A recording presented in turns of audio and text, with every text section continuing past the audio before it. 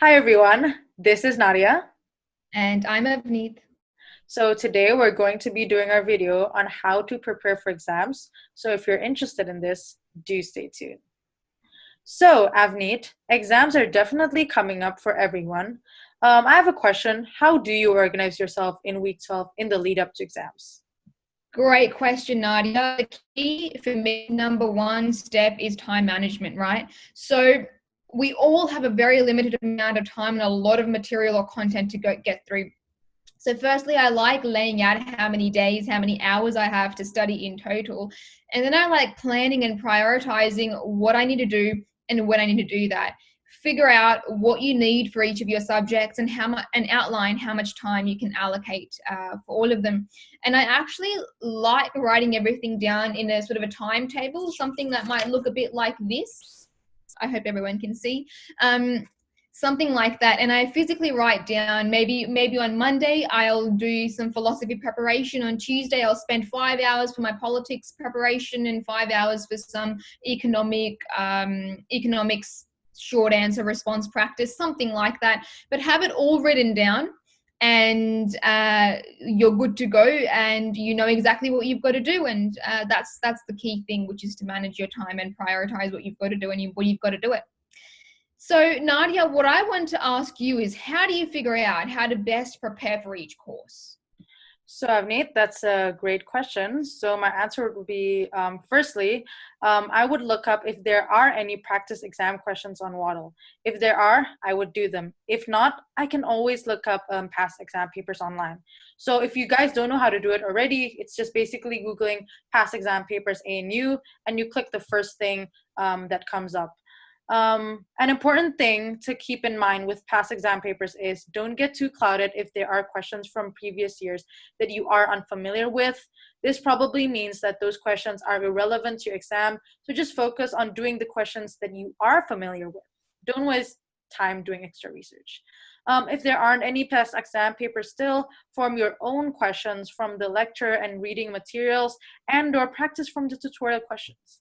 The second thing that I would do in preparing for exams is I would form study groups with my tutorial friends or friends who have taken the course previously. This is especially important to understand that I'm understanding the topic correctly. It's good as well to share like what resources they're using or just getting extra tips or just someone to share your experience with. That helps sometimes. And the third and the last thing that I would do is obviously make strategic notes. So handwritten notes are a good way to relearn and better understand your topic as you would be summarizing them.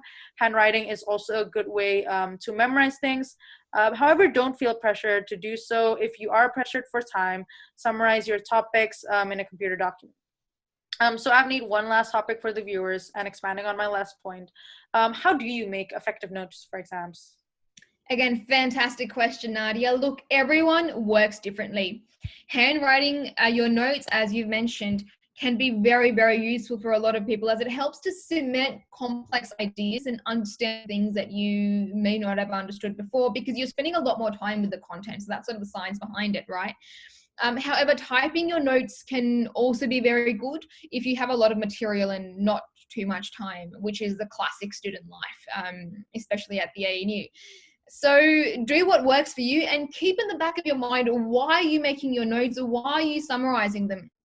And keep that purpose in mind, because your notes will be different based on what you're trying to get out of them, and this will also vary from course to course. So do keep that in mind and do what works for you.